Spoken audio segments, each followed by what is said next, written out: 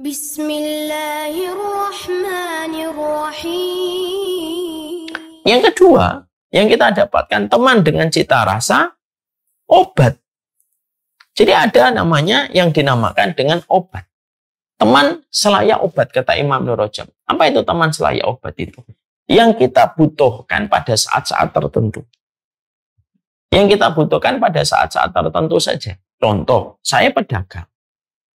Maka ketika saya pedagang, saya membutuhkan orang yang pandai tentang masalah strategi digital marketing misalkan. Saya mendatangi dia pada saat saya lagi butuh. Itu namanya teman selayak obat. Butuh gak kita? Butuh lah. Kita misalkan teman bengkel, misalkan kita punya teman bengkel, mobil kita rusak. Lalu kita memanggilnya, meminta tolong kepadanya untuk menservis mobil kita yang rusak. Itu yang namanya teman selayak, itu teman yang selayak obat. Ya. Yang mana? Ya, kita itu mendatangi mereka pas pada saat-saat tertentu saja, tidak setiap waktu. Ya, ketika kita pas lagi ada kebutuhan tentang apa yang kita perlukan. Lalu baru datang kepada teman-teman yang sifatnya teman-teman ini adalah teman selayak obat. Ya. Ya. Dan ini sangat ini sangat tertentu sekali. Ya. Saya pengen pergi misalkan, saya pengen pergi ke satu tempat gitu. Saya kontak teman saya yang ada di sana untuk membantu saya nanti ketika di sana urusan-urusan muamalah dan bisnis saya. Ini teman selayak obat. Ada teman yang ketiga yang dikatakan oleh Imam Ibnu Rajab, yaitu adalah teman selayak penyakit. Teman itu selayak penyakit itu adalah teman yang apabila kita berjumpa dengannya, itu mendatangkan berbagai macam kegelisahan dan keresahan dalam hidup kita. Jadi kalau ketemu dia itu rasanya gelisah aja. Kalau ketemu itu kita jadi kecewanya banyak. Kalau ketemu itu syukur kita jadi hilang. Kalau ketemu itu jadi sabarnya hilang. Nah ini hati-hati nih. Ini teman yang berkategori dengan cita rasa sebagai penyakit. Jadi ada teman yang mereka itu cita rasanya sebagaimana penyakit. Yang mana setiap berjumpa dengannya, bertemu dengannya, tidak menambah ketaatan kita. Justru kesyukuran kita menipis. Justru kesabaran kita meranggas. Justru ketaatan kita menjadi berkurang. Lalu kita merasakan banyak kekecewaan. Lalu kita merasakan banyak kegelisahan setelah kita berjumpa dengan mereka. Maka ini merupakan teman berkategori sebagai penyakit. Yang mana kita betul-betul harus menjaga jarak dengan teman-teman yang semacam ini. Ya. Mana teman yang apabila kita ketemu tuh obrolannya itu madharat semua. Obrolannya itu tidak ada yang bermanfaat sama sekali. Ya, sehingga akhirnya kebaikan-kebaikan ilmu yang telah kita pelajari itu menjadi hilang. Gara-gara teman-teman yang kita tidak sadari dan tidak kita waspadai, ada teman yang berkategori mereka itu memiliki penyakit. Mereka memiliki penyakit.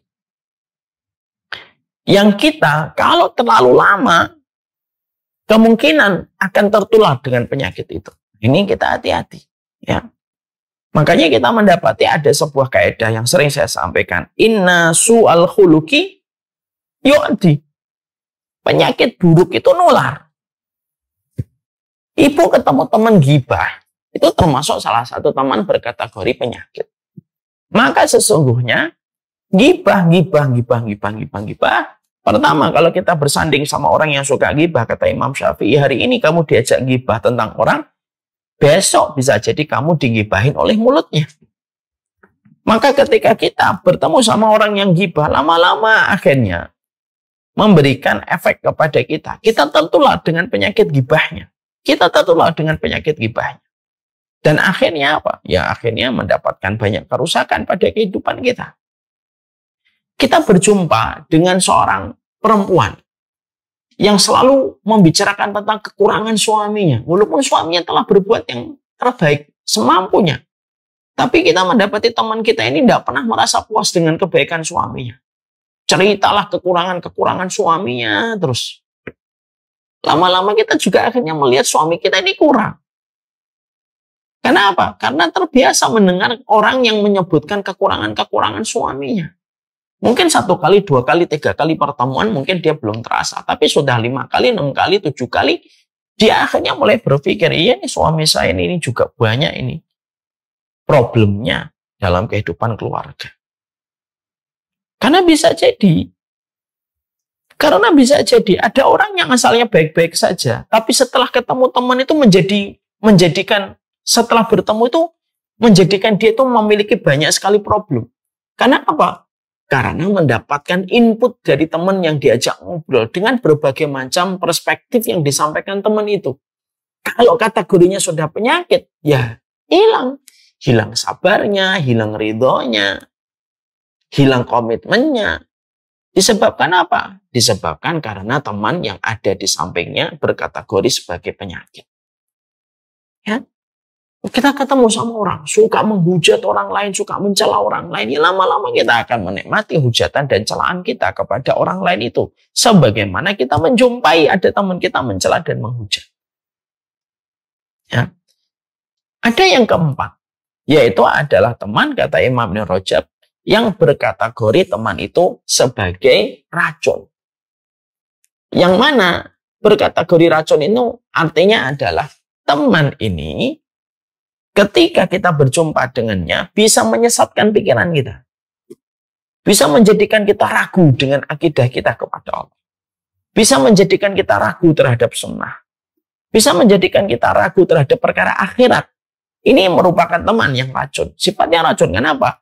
Yang diserang perkara-perkara pokok. Sini ya, saya itu tidak beriman sama hari akhir. Lalu ini kalau sudah semacam ini, maka ini berkategori teman yang mereka itu menjadi racun. Ya. Makanya akhirnya dari klasifikasi yang disampaikan oleh Imam Ibnu Rajab itu menyampaikan kepada kita bahwasanya pertemanan itu tidak bisa dipisahkan. Mana yang tidak bisa dipisahkan? Minimal nomor 1 dan 2. Kita membutuhkan teman dalam kehidupan kita, yaitu teman selayak nutrisi, dan kita membutuhkan teman yang selayak menjadi obat. Dan hati-hati terhadap teman yang berpotensi menjadi penyakit pada kehidupan kita. Ya. Kenapa? Ya karena memang kita tidak bisa lepas dari pengaruh itu. Kita tidak bisa lepas dari kebutuhan kita kepada teman yang selayak nutrisi dan selayak obat dalam kehidupan kita. Makanya akhirnya disinilah yang menjadikan kita akhirnya mengerti. Oh, Masya Allah ya. Berarti memang persahabatan itu memang salah satu pilar dalam kehidupan agama kita. Itu membutuhkan persahabatan. Pilarnya itu adalah persahabatan. Jadi pilar iman itu salah satunya persahabatan. Sehingga akhirnya kita paham. Ya, di dalam kehidupan kita menjalankan ketakwaan kita kepada Allah itu. Ketakwaan kita kepada Allah itu tidak akan sempurna sampai kita mendapatkan persahabatan dan pertemanan yang membantu membackup kita dalam perjalanan kita kepada Allah. Bersama dengan teman dan sahabat.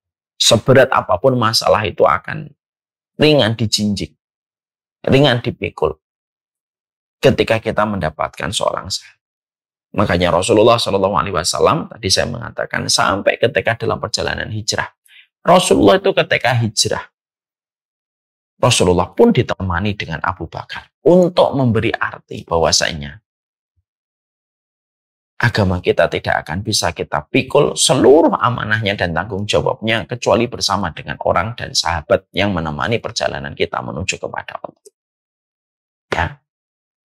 Makanya setelah kita memahami ini, tentunya yang kita lakukan itu apa? Ya. Tentunya yang kita lakukan setidaknya 2. Ya. Kita itu yang pertama, berdoalah kepada Allah supaya kita itu diberikan oleh Allah teman-teman dan persahabatan minimal 40. Minta sama Allah, ya Allah, aku meminta kepadamu teman-teman yang salih, ya Allah, teman-teman yang akhlaknya baik, mengerti tentang kekurangan saya, memahami tentang udzur saya, mampu memberikan nasihat dengan cara yang baik untuk saya. Minta sama Allah, minta sama Allah. Ya, memohon kepada Allah Subhanahu wa Ta'ala supaya kita mendapatkan itu. Kalau kita merasa bahwasanya mana ini yang betul-betul nanti teman yang menjadi nutrisi, mintalah sama Allah dalam doa, ya Allah tunjukilah mana teman-temanku yang akan menjadi nutrisi untukku. Aku memohon kepadamu cintamu dan cinta orang yang mencintai. Mohon sama Allah. Ya, karena harga dari pertemanan yang semacam ini tuh mahal sekali. Makanya Hasan al-Basri itu mengatakan, ikhwanuna aghla min ahlina, fa inna ikhwanana yudakiruna anil akhirah, fa inna ahlana yudakiruna anid dunya. Teman-teman kami, sahabat-sahabat kami dalam agama, itu lebih mahal daripada saudara kami. Karena saudara kami, karena keluarga kami, hanya mengingatkan kami tentang dunia. Keluarga itu hanya mengingatkan kami tentang dunia. Tapi saudara kami, teman-teman kami, di dalam agama ini, di dalam keimanan, itu mengingatkan kami tentang urusan akhirat. Itu kata Hasan al-Basri. Itu menunjukkan kepada kita, kalau ada orang kok tidak mendapatkan 40 orang yang menjadi nutrisi baginya, ada yang pincang pada kehidupan iman. Ada yang pincang pada kehidupan imannya. Kalau sampai dia tidak mendapatkan 40 orang yang membantunya dalam menapak perjalanan menuju kepada Allah. Orang kalau sudah nggak dapat 40 ini gampang stres, gampang kecewa, gampang marah-marah. Mintalah sama Allah supaya Allah itu memberikan itu di dalam kehidupan kita. شكرا هديت قلبي شكرا